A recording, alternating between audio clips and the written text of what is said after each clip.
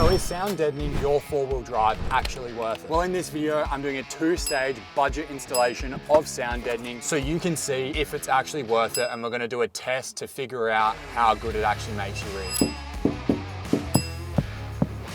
And we're doing full budget build, so we're gonna be using Amazon Basics, which is really cheap compared to the real stuff. And then we also have stage 2, which is down there, which we'll talk about in a bit. So we're gonna use my little mic here, and we're gonna do a few different tests. At the end of the video, you will hear them in comparison, so it will make a lot more sense what I'm doing. First one. Second test. This one's kind of to simulate forward driving and hearing stuff under the car. And we're gonna go for a drive. Okay, up to speed and cruising now.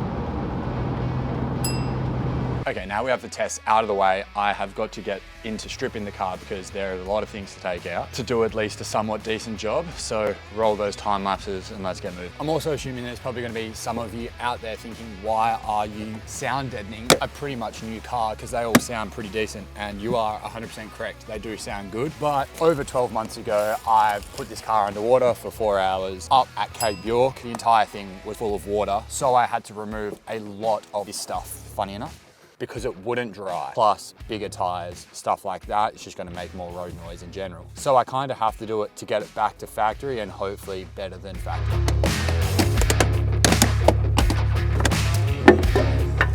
That is a lot easier for my car because I've actually snipped some of the carpet so it comes out real easy onto the driver's side. We're also getting very close to 10,000 subscribers here. So if you haven't already, make sure you hit subscribe. But I also have a really cool idea for the next video. I want all of your questions about touring setup or just general camping, four-wheel driving, touring around Australia questions, drop them all below. I'm gonna make a full video just answering questions and talking through different things and why I chose to do stuff for my setup. Even if it's a question about the 60 series and what the plans are for that, we will make a big video and you all can be involved in the video as well. But now, back to ripping this carpet out. I actually left more of this foam on than I remember, and I do know that I should probably take seats out, but we're going for like a one-day job here. Not something that's gonna take 3-4 days taking the seats out, putting them back in and stuff. So then now let's go take the back out as well.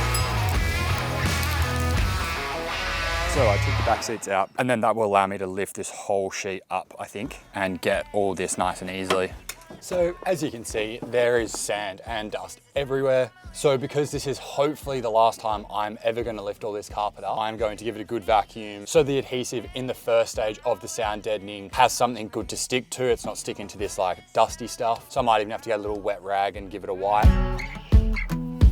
So when I was preparing for this video, I actually made a bit of a funny mistake when I was buying the material. I brought 2 boxes of 10 pieces in this size. And then I was doing a little bit of a price comparison between these pieces and these real big ones. I can't really quite remember the size, but I had them both in my cart. And then being the fast speed, just go for it and let's make this YouTube video, I did not check my cart before I checked out, and then didn't realize that I ordered for 20 of these and 9 of these. So I think I have plenty to do the whole car. So the first step of this is gonna be grabbing all my sheets and kind of just roughly laying them out around the whole car so I can see how many panels I need to use, and then that will give me a good idea of cuts and stuff like that. So for the driver and passenger seat, we're gonna go with 1 big block like this, and then we have the 2 small ones, and then we'll use a bunch of offcuts to fill in these lines and wrap and tuck all of that as best as we can. So the front seems like it's gonna be pretty straightforward, but the back here, definitely gonna require a bit more Jenga-ing, making it fit. So we've got the rough layout going on here. Back seats, front seats. I think honestly, I kind of just have to start peeling and sticking and cutting and just get going so I can get onto these door cards as soon as possible.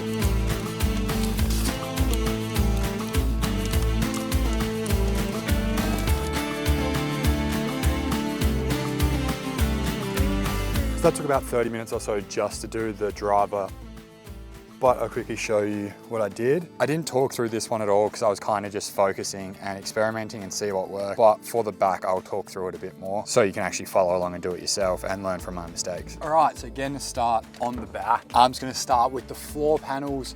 So I'm gonna do this one here first, and then I'm gonna have to cut this one. And all I'm using for tools is we've got a roller, just a cheap one, 20 bucks or something. Some scissors, any scissors work fine with this brand. I'm not sure about the better brands, but for the Amazon one, it does cut through really, really easily. And then I have a really sharp Stanley knife as well, which I can run along 2 joining edges and then peel the top edge, and it sits in real nice. And in terms of how I'm installing it, I'm normally just starting the peel up the front, so up this edge, and then peeling it under, and then as I'm sticking it, kind of peeling it a bit more, trying not to rip the paper, because once you rip the paper, you pretty much have to take it out and pull the whole paper off, or it's going to rip just bits of the paper. And then once you've kind of got it laid in place, start rolling it out and getting it stuck down nice. I'm not rolling all the way to the base of this yet, because I'm going to have to do some like relief cuts to make it all fold nice.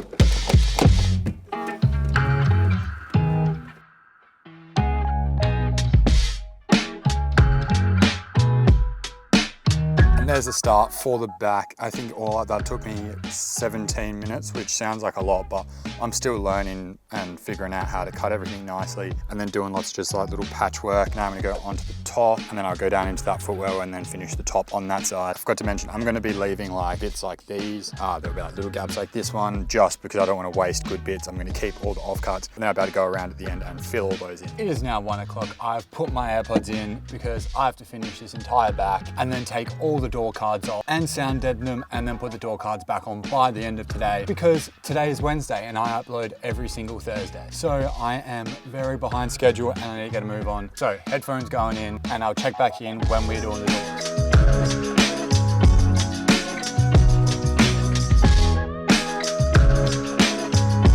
Now that we've finished the floor for stage 1, including those little cubbies in the back, because I don't actually know if I'm going to have enough material, it is time to move on the doors, starting with the front 2, because I might run out of time today. So let's remove the door cards. I'm going to have to go and Google this to remember the rest of them. There's at least 2 screws, most of it just clipped. Door card off, as you would have just seen. That was a solid 8 minutes. I've done it before for this door because my window is broken. I wanted to check why it's broken. And you can see we have a pretty good space there. And then about here, there is a door support and then a bit more there.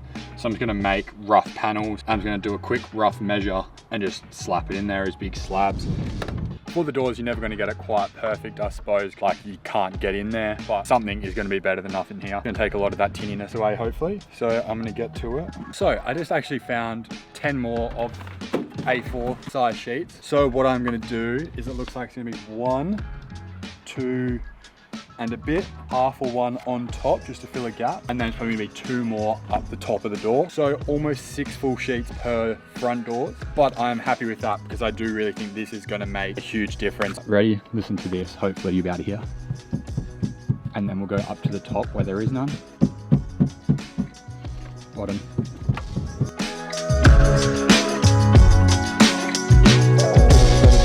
See, the whole door is now full, and I'm actually going to get the door cards back on and close the front doors up, and I'm thinking I'm going to do the back doors off camera probably another day, and I'm going to get onto the stage 2 of the sound deadening, which is that dense foam. So let's get onto it, get those door cards back on.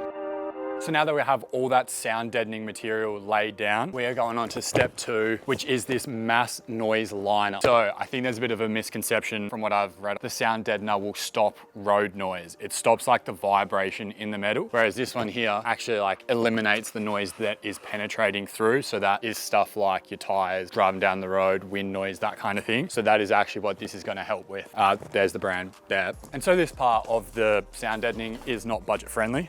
Just for this amount of material, that's 120 bucks worth, but I'm thinking I'm gonna cheat and I'm going to use my floor liners, and I will be able to at least get a decent idea of what to cut. All right, so we have a quick rough cut. I'm not expecting, and I'm kind of hoping that I'm not gonna use all of this. This kind of roughly fit in here, and I'm just gonna take a measurement. So I'm gonna go roughly 580. Done. Now let's chuck in for a test fit. Kind of looks bad at the moment, but I have to do stuff like cut around these clips for the carpet. Here, I'll do a few relief cuts, and then up there, another relief cut, and then that will allow me to get it into position way better. Looking good now. All tucked in nicely. No like overhang, all the relief cuts looking good. So in case you've never like wrapped a canvas or wrapped a car or even folded like marine carpet, I'm gonna show you how I do a basic relief cut type situation. So all I do is where you have like area like this, that is obviously got too much extra material, I first make sure that it's in the spot that it's gonna stay pressed in, locked in with whatever it's locked in with. And then you're gonna push it in real tight and crimp the seam. You'll be able to see a little bit of white now. Run the knife down, don't have to cut all the way through. Just gonna make it fold nice and easily. There you go. So that's split through the rubber, not through the foams. Now I can just run back over it a couple times. And you're probably gonna have to cut further than you think, but don't go too far to start. And then see how you can see it already folded nicely. And then you can decide either you can cut that side or you can fold it this way and have this seam here. I'm gonna go the other way because I want less off cut as possible. And you can roughly see the line. You can do this more accurately, but I'm just winging it because I'm rushing. But once it tucks in nicely, now it's got like a nice seam that matches each other. There's nothing sitting on top of the other edge and it just looks a bit tidier. It almost looks like just carpet replacement, but the carpet's still gonna go over the top. Whatever offcuts I have left, I'm gonna use in here. It's not gonna be great, but better than nothing. So there's actually a bit bigger offcuts. There's two pretty similar to this size and then one long skinny one. So I'm just gonna lay that in the back here and see what we can do. And that is the new layer down. Obviously, you don't glue this one down. It's supposed to be removable. And what's gonna look like the snap of a fingers for you, maybe like 10 seconds of time lapses. For me, is gonna be like an hour or two of putting all the carpet back down, putting the back seats in, and then onto the testing.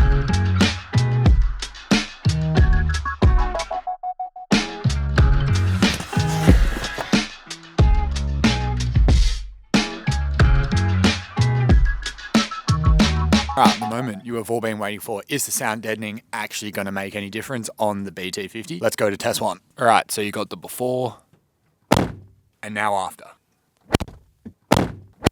So you have the before and now the after.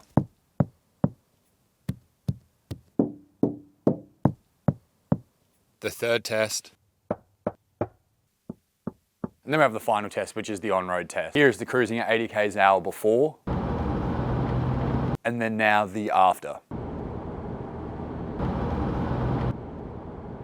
There's not that much of a difference as numbers, but you can definitely hear a difference when you're actually in the car. I still haven't done the back door, so that's probably not helping it a little bit, but it is actually worth your money. For like a modern ute that's kind of entire point is like luxury as a four-wheel drive, maybe not so much. But if you had something like a Land Cruiser or an old 60 series or something like that, probably definitely gonna be worth doing it in that where there is pretty much no sound deadening at all. But yeah, I can't really answer this one for you. I like it. I'm not mad that I did it, and I will definitely be doing it again in the 60, but if I was to buy another new ute, would I do it? Maybe spend the money on something else. And if you like this video, you should watch this video where I talk about 10 things you need to know before building your perfect touring setup.